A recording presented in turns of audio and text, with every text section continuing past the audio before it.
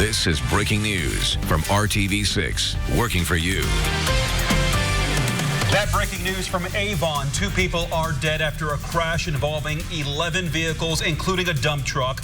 Police say it's possible the dump truck driver triggered the crash. Now, this happened around 4 o'clock on US 36, also known as Rockville Road and County Road 625 East, west of State Road 267. Our Rafael Sanchez is at the live desk with these breaking developments. Rafael, what can you tell us? Amanda and Mark, good evening. The section of road along US 36 will be closed right behind me. As you can see, this remains a very active situation. This will be closed for the next 2 to 3 hours. Out of respect, we will not be showing the vehicle of the 2 people killed, as I'm told the bodies have not been removed from that scene. Police calling all of this a terrible accident. An 11-vehicle pileup in Avon under investigation. 2 people killed in the crash. At least 3 others injured. Investigators believe the dump truck may have triggered the accident on US 36 and 625 East. So the driver of the truck itself, according to Indiana state law, if you're involved in an accident involving serious bodily injury or death, there is a protocol for administering a chemical test. The driver of that vehicle has cooperated with investigators. A school bus was caught in a chain reaction crash. No children were on board. A solemn moment as investigators are in the middle of notifying the family of those who died while reconstructing a crash with so many unanswered questions. At this point, we're going to take our time, make sure we take the measurements and do everything we can possibly do to bring answers to what we know has happened in a terrible tragedy today. When people have lost their life, it's obviously very important that we take our time, and that might cause an inconvenience for our public, and we understand that frustration, but we can just only hope that it appeals to the senses of people that understand people's lives were lost today. Back here at the live desk, investigators focused on that scene, trying to figure out exactly what happened this afternoon. As you can see, another live look there in Avon along US 36, also known as Rockville Road. We will continue to monitor this situation involving this fatal crash in Avon and bring you the very latest on the news at 7, as well as the RTV6 app. Rafael Sanchez from the live desk. Mark, now back to you. A tragic situation unfolding there for sure. Thank you, Rafael. Tonight, we are also tracking the threat of severe weather. It's been a pretty nice day here in central Indiana, with plenty of people getting out enjoying the canal, but that could change tonight. Let's get right to Chief Meteorologist Kevin Gregory. It's hard to see those images of how nice it's been and thinking severe weather is on the way. Well, it's still sunny in most areas. There are some strong storms in a couple other spots. Let's show you that, and that's what we're tracking this evening. I think the transition to the cooler temperatures, the cold front, is what will generate more thunderstorms this evening, open the door to beautiful weather over the next few days. Let's zip northeast first. Northern Delaware County from Muncie northeast toward Portland. These are good old-fashioned thunderstorms with some heavy rainfall, lots of lightning. They'll cut toward Winchester, Ridgeville, and then also Portland as they depart Hartford City. This complex of thunderstorms is the strongest right now, and it sits between Lafayette and Monticello, likely producing some half-inch diameter hail, as well as 50-mile-per-hour wind gusts as it moves southeast toward Delphi and Rossville. The yellow area represents where we have a slight risk for severe storms this evening. Damaging wind and large hail would be the main threats. Can't rule out an isolated tornado. We'll talk about that temperature trend coming up. I was just worried just for all the kids' safety, and I didn't want to be the one to have something go wrong on my watch. An Indianapolis mom is speaking out about what she calls dangerous conditions at a gym daycare. A loophole in the law could be to blame. Call 6 Investigates. Kara Kenny is working for you to find out what you need to know to protect your children. When you drop your child off at a gym daycare to grab a quick workout, chances are you don't think a whole lot about safety. But an Indianapolis mom says you should. They want to do the minimum. Katie Lyman is a mother of 2. She worked in the kids club at this LA Fitness on Southport Road, a place where parents can drop their kids off for an hour or 2 free of charge while they work out. Because I knew right off the bat something was just a little off. Within the first couple of days, I had kids just running around crazy, being violent. There weren't any specific rules. We had food and drink, mix-ups with cups and binkies. Katie says at one point she was watching 17 children by herself. All of them at least under the age of 6. Katie snapped these pictures of broken toys, hair, dirt, and what she called dirty conditions throughout the facility. She says she brought her concerns to gym management multiple times. I was just worried just for all the kids' safety, and I didn't want to be the one to have something go wrong on my watch.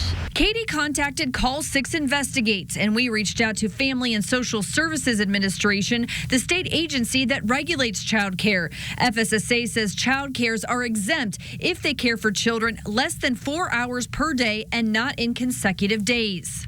That means most gym daycares and after-school programs are likely exempt, meaning they are not inspected by the state, nor do they have to follow health and safety regulations like child-to-staff ratios, CPR, and safe sleep training. Katie calls it a loophole and says parents need to know gym daycares are not regulated like licensed child care facilities. I don't think they know that there aren't any codes to keep up on. There's no one in monitoring the cleanliness. I don't think they know that. Call 6 Investigates left a business card at the LA Fitness Southport Road location. We also called and emailed the LA Fitness Media Relations office and haven't heard back. To just do the right thing, we could get something done. Katie says she was fired after 2.5 weeks on the job. She posted her concerns about the kids club conditions on Facebook. Her post now shared more than 300 times. She hopes to prompt change at the facility and educate parents who drop off their kids at any gym. Katie says oftentimes she couldn't even reach parents when there was a problem. At the very, very least, make sure there's a phone number on file. If nothing else, you can at least be contacted if something were to happen. You can protect your child by looking for these red flags: overwhelmed staff, dirty conditions, or broken equipment.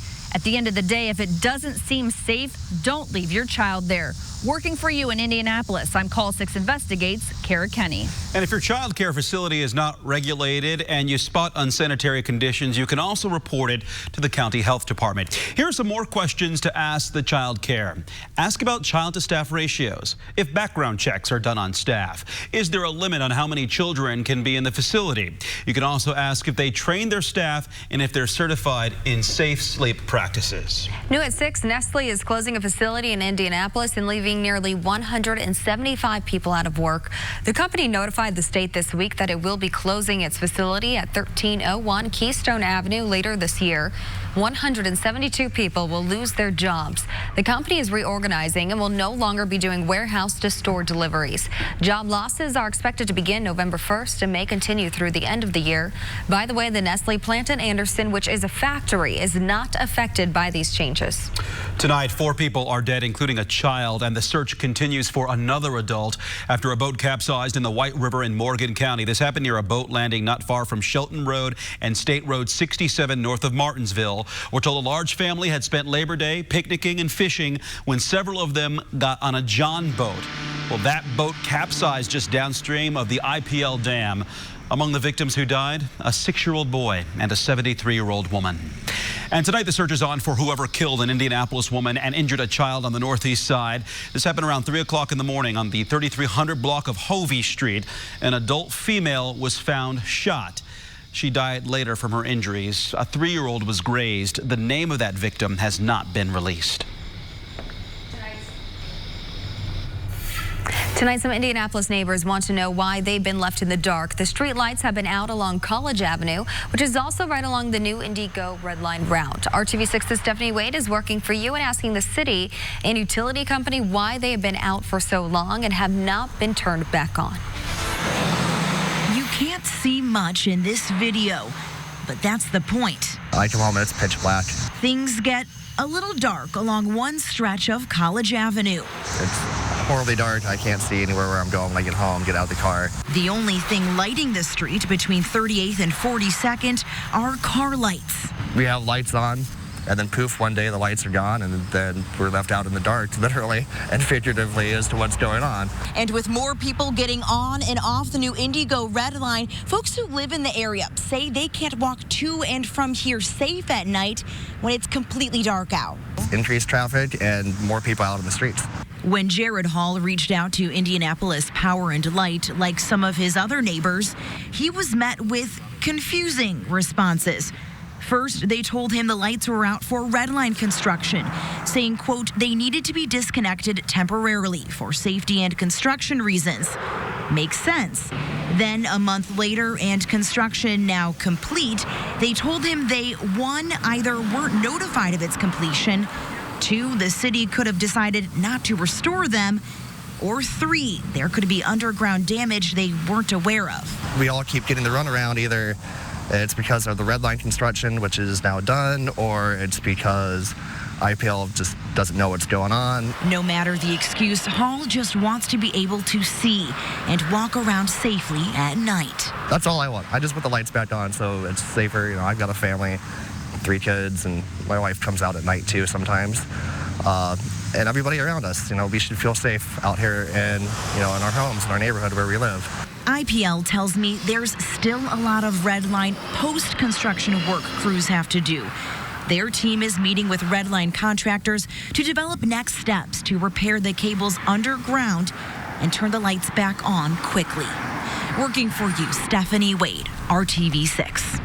Thank you, Stephanie. And we will stay on top of this issue until the lights are turned back on. If you have an issue, feel free to reach out to us at workingforyou@rtv6.com, and we'll see if we can help. Well, no major issues to report today as the new Indigo Red Line faced its first day of workday commuter traffic after the holiday weekend. It's also a day of celebration for the public and those who helped get this project moving. There was a ribbon-cutting ceremony on the State House grounds this morning. All who spoke noted that it was a major collaboration to get to this point.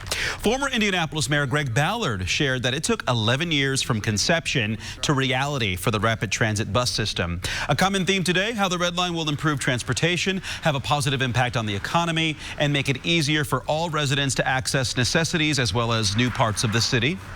Let's use the Red Line to reach destinations, to go to other businesses, other neighborhoods, places maybe that you've not visited before.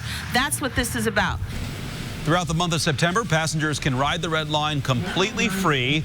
On Sunday, opening day, 8,000 people rode the Red Line. We expect to get information about today's numbers in a few days. Well, things often move fast in the town of Speedway, but not one project. We're asking questions about a new hotel that's being built on Main Street, why construction has stopped. Before they go racing on the IMS dirt track, it's a big party here ahead of this week's BC 39. I'm Brad Brown in downtown Speedway. We'll be joined live by the race's defending champion coming up in sports. And over my shoulder, you can see an intense thunderstorm. It sits between Lafayette and Monticello. The storm is moving toward Delphi and Rossville. I've popped the lightning off so you can get a better look at this. Moving to the east at 20 miles per hour, may see hail as well as torrential rainfall and constant lightning. Only at Bob's Discount Furniture. This is RTV6 News at 6, working for you. The town of Speedway will be a busy place this week with the Brickyard 400 activity that's going on. What isn't busy is work on the new hotel at 16th and Main Streets. Work stopped on the Hilton Tapestry Hotel several weeks ago. We contacted the town of Speedway and the developer, Loftus Robinson, to see what's going on. A town spokesperson said they were informed there was going to be a work stoppage. Drew Loftus told us they are working through design coordination and approvals, and full construction will be back underway soon. The 126-room hotel is scheduled to open next summer. Hiring Hoosiers is highlighting a unique potential job opportunity. The owner is a young college student, and thanks to her idea, Hoosiers are getting hired. So we traveled to Elwood to see how an invention can be the catalyst for job growth. Cicero native Katie Gehausen is a 20-year-old college student, and like any college student, carries around her phone and school ID wherever she goes. She came up with the idea for the socket locket. She did research, made sketches, earned a prototyping scholarship, and now has a patent pending. When looking for places to manufacture her products, she looked back home to Indiana, a place where she could be involved in the production process, and that's where Mike Laguerre with Progressive Plastics comes in. She has created something out of nothing, and that something demands attention, and that affects every facet of the manufacturing process. There's prototype tooling, we've got assembly workers, we've got production operators, tooling people that all are touched by a new product. Not only is Mike looking to hire more help at Progressive Plastics thanks to projects like the Socket Locket, Katie says she has big plans for the future of her own business. She has 2 job openings right now and also hopes to expand her products to include more phone accessories. And if you want to learn more about Socket Locket and this product, as well as job opportunities with Progressive Plastics, we posted more info for you under this story at hiringhoosiers.com. There aren't many thunderstorms out there, but what storms we have are intense. Around the metro area, we're dry for now. Let's zoom in on the strongest storm. That's been pretty persistent between Lafayette and Delphi. All of this lightning here is hiding Brookston, which is kind of right under the storm. This is south of Monticello, moving to the east at nearly 30 miles per hour. So Brookston, Delphi, Camden, and Flora in the path of that. I'd throw in Burlington as well as this moves to the east, producing some hail, torrential rainfall, constant lightning, and likely some 50-mile-per-hour wind gusts with that. Other storms about ready to depart central Indiana into Ohio from Portland down to Winchester, also farmland. This is east of Albany and Hartford City as it pushes into the Buckeye State. I think this batch of thunderstorms moves away, but we'll likely see additional development ahead of a cold front. Temperatures in Fort Wayne at 78, same in Peru. Other temperatures with nearby thunderstorms will be cooling off. For example, in Lafayette, Kokomo over toward Muncie. As far as our wind direction, everything is still out of the southwest or west-southwest. Tomorrow at this time, we'll have a north wind. That will be bringing in the much more refreshing air, and not just for a day or two, but most of the 7-day forecast will be enjoyable. Between Indianapolis and Muncie, Portland, Winchester, northeast is where the computer models, at least for now, are showing the best chance for thunderstorms over the next few hours. But I think all of central Indiana, with the possibility of pop-up thunderstorms, a few may be intense because of the cold front that will lead to these temperature changes.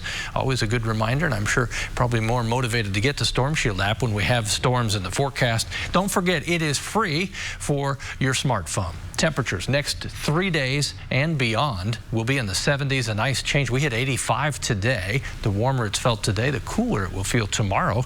Coolest day ahead on Thursday at 75. And not to look past overnight lows that will be very comfortable. Low to mid 50s Thursday and Friday morning. Still very nice as we go into the weekend. Tomorrow, sunshine will be around. Temperatures in the middle to upper 70s with the north wind, northwest wind. That brings in the drier, cooler air and settles in for the next few days. As you look at Thursday, temperatures upper 70s, lots of sunshine around. And as we go to Friday night football, should be another good night for football. Temperatures 75 at kickoff, cooling from there. As we look into the weekend, the chance for a thunderstorm is there on Sunday, but only 20%. Right now, the forecast looks great. Green light for college football games on Saturday. And notice how consistently we're in the 70s, with the exception of next Tuesday. And for all our visitors coming to town for the Brickyard. You got it. Yeah. All right, thanks, Kevin. Indy is getting ready for 5 straight days and nights of racing, all starting on the IMS dirt track. Brad Brown is live at Downtown Speedway with a look ahead to this year's BC 39. Mark and Amanda, we are at the USAC headquarters right here at 16th and Main Street. They are having a draft tonight for the BC 39. The 90 drivers in this field will select their spots for Wednesday. That will put together some points for Thursday, and ultimately will lead to the feature Thursday night for the BC 39. The defending champion, Brady Bacon from Oklahoma, joins us here right now. How does it feel to come into this thing as the winner of last year's race? What did you take away from your first experience on this track here? Well, last year was a lot of unknowns. You know, obviously new track, new format, everything. So there's a lot of unknowns. The weather didn't cooperate with us last year, so there was a lot of things we had to adjust for, but we were able to come out on top. Obviously, we feel good. We were good on multiple track conditions last year, so I think the track's gonna, we'll know a little bit more about the track this year. We should be good again, and this is kind of a cool deal. We kind of get to pick, control our destiny a little bit, pick where we get to start, and we'll just see what happens for the rest of the week. But we're definitely excited, and obviously have a little more confidence after winning last year. The drivers in this field, there's 90 drivers, a lot of great competition. It's going to be tough just to make the A-main on Thursday night. Is that the case? Oh, definitely. I mean, that's like just over 20% of the cars are going to make it, so 80% go home. So I feel like we have, as good equipment and as good a shot as anybody. So very confident that we should have a shot to put ourselves in position to win again. But you can't afford a mistake. Any little mistake or mechanical failure or anything is going to bury you so far that you can't overcome it. So I got confidence. My guys have been working hard on everything, and I'll do my job now. Have a great race, Ben. Good luck tomorrow night. Thank you. That's it. Brady Bacon, one of 90. 26 will make the feature on Thursday night. Let's take a look at the schedule coming up here at IMS. It all starts tomorrow. The first day of racing will be at 3 o'clock. Gates open there. They'll be on track starting at 5. Same on Thursday. They'll have the Stoops Pursuit race tomorrow night. And then, of course, the big feature, the 39-lapper to win. Thursday night at 9:30. Tickets available both nights. You can get those online as well. A couple guys who don't normally run the USAC midget cars got a taste of it earlier today. NASCAR Cup driver Eric Jones, NHRA drivers Doug Coletta and J.R. Todd getting some help from the Keith Coons team, the likes of Christopher Bell, Logan Seavey. Put them in the car, putting them on the track. Jones and Coletta both coming off big wins. Eric at Darlington and Doug at the U.S. Nationals here in Indy on Monday.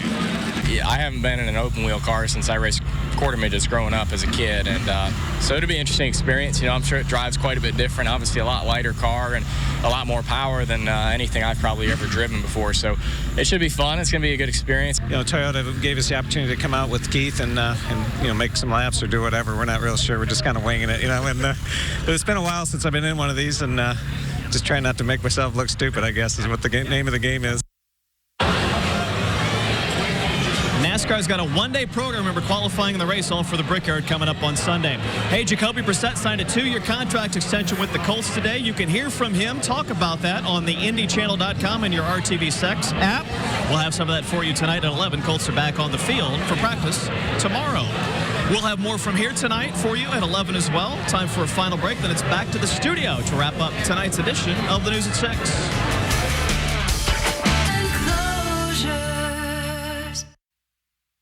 That one strong storm still sits just northeast of Lafayette, almost from Lafayette to Delphi. It's moving to the east, likely to produce some strong gusty winds, 50 miles per hour, and also Peta marble-sized hail as it moves to the east toward Burlington and Kokomo. We'll be watching that.